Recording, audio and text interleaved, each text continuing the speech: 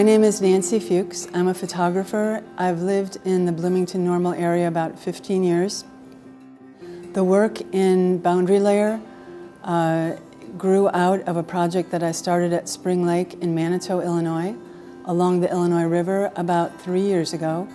And 1 year into my project at Spring Lake, I discovered the tree stump that is the center of the Site A project. I found Site A in a shallow of Spring Lake in October of 2015, and it seemed to provide a great opportunity for me to study the changes in the water in the lake, and follow this the passage of time from day to day and month to month. There was so much change in the level of the water. I was very interested in following that, not only on a short-term basis, but a long-term basis. The clarity of the water changed, the color, the viscosity. And so Site A was, I thought, a perfect location for this short and long-term study. My name's Primozic. I am a sculptor in Bloomington, Illinois. I've lived here since 2012. I make work about landscapes, and in the past they've been about landscapes that are affected by climate change that are thousands of miles away from us. So I was dealing with the Arctic landscape, glaciers, and icebergs, but most recently I've started focusing on landscapes that are closer to me. So looking at the ground, literally walking down the sidewalk, looking at moss and how it grows in a forest on the side of a hill and kind of spreads out and gets really lush and green and beautiful. But with that, in comparison to these small little micro landscapes that happen in cracks on the sidewalk or between a sidewalk and a building.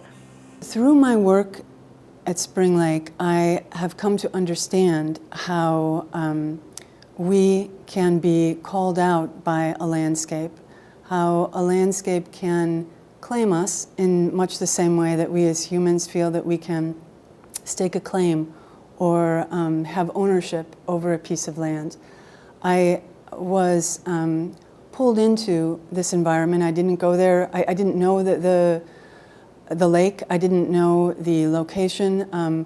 So drove into the lake site quite by accident, and it was a process of total discovery, but was trying to get out of the car before my friend could even stop the car and find a place to pull over so that we didn't get hit by oncoming traffic. And I had my feet out of the car, literally being dragged on the ground as I was trying to step out before she could stop so that I could connect with this place. I felt such a connection, and I needed to be out of the car. That's all that I knew, and that was my entry into this site. I then found another point of connection, and that was, my first point was with the lotus. I didn't know that this was a regional plant. I became fascinated by it, by the biology of the lotus in connection to the rehabilitation sites of the lake. And so as I began to study the lotus through the passage of time, through the cycle of the seasons, I was also interested in connecting with the local biologist. Wayne Herndon, a DNR biologist, who was very generous in providing suggestions for reading resources for me. And I also had the great fortune of going out on a boat with him to collect specimens on another nearby lake. So I became entrenched in the ecology of these sites and also in the history. The history became very interesting to me.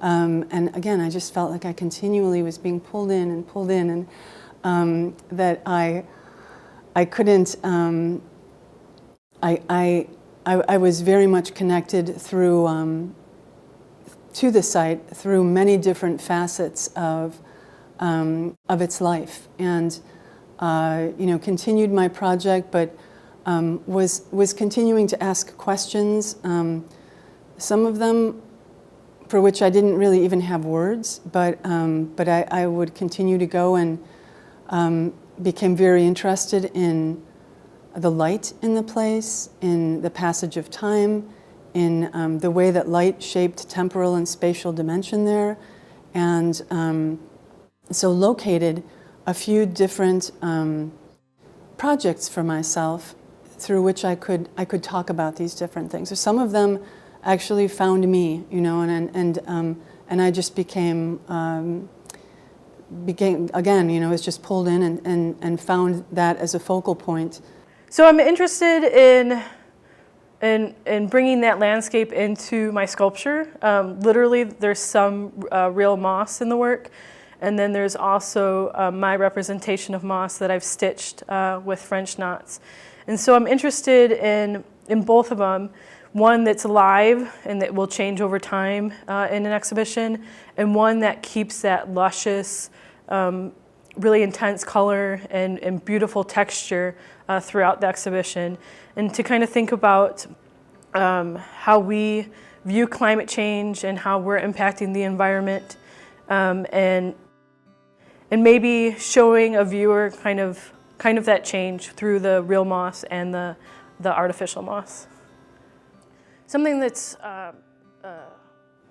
relative to both Nancy and my work is the boundary layer, which is the title of the show.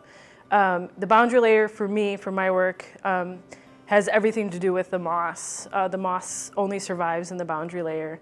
And so it's that space that I kind of interrupt if I'm harvesting the moss or I'm trying to represent by stitching the moss. And with Nancy's work, it's that layer that she's photographing, that space that she's trying to capture between the layer of the water and then what's kind of exposed below it. So I think that the title is really important for our show, but it's also really important for our research too, because that's the space that we're trying to capture or document and is part of our research. Laura and I became aware of our mutual interest in the environment over the last couple of years, and we thought it might be interesting to propose some exhibitions where we showed together. We haven't had the chance to collaborate yet, but I hope that's in our future. But we understood that we were both very interested in this idea of ecological integrity, that we're both interested in water, in talking, in actually through our work, not only exploring ourselves, but bringing awareness to some of the issues, larger global issues that we might speak to on a microcosmic level, on a regional level, and something that we could connect to every day. I think it's really important to show the work that Nancy and I are making at McLean County Art Center, because we are representing landscapes that are around us in this region, and we're talking about climate change on a larger level, but we're looking at a landscape that's close by, in close proximity. And to open up that dialogue with the community, I think is really important to do right now.